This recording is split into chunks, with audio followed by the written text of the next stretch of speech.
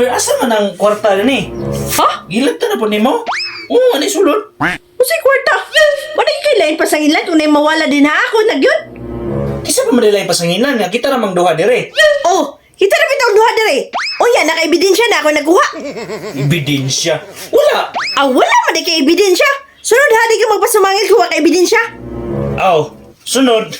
Tanaw na to, pangitaan ti kag ebidensya. Tanang buhato na to na ebidensya. Siya ro di ka masakpan. Dapat lang yun na ebidensya, kay di ko mo to kung wala. A few moments later.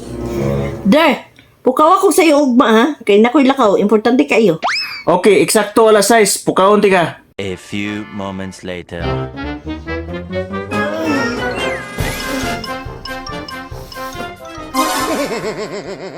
O saan na yung oras? Alas 10 na sa udto. Di ba nagsabot man tapukaw kung di mo alas 6 kaya nakoy lakaw importante? Ipuko bitaw ti ka. Gusto kag ebidensya? Una dire. Ang cellphone. Oh, tanawa oh.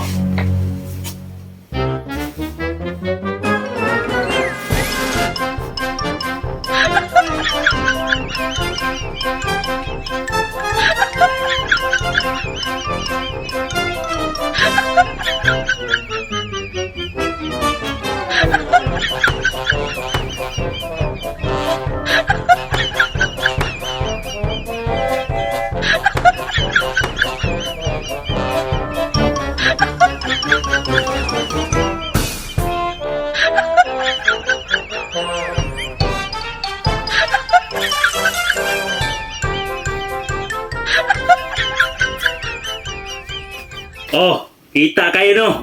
Ebidensya kayo, gipukaw ta ka.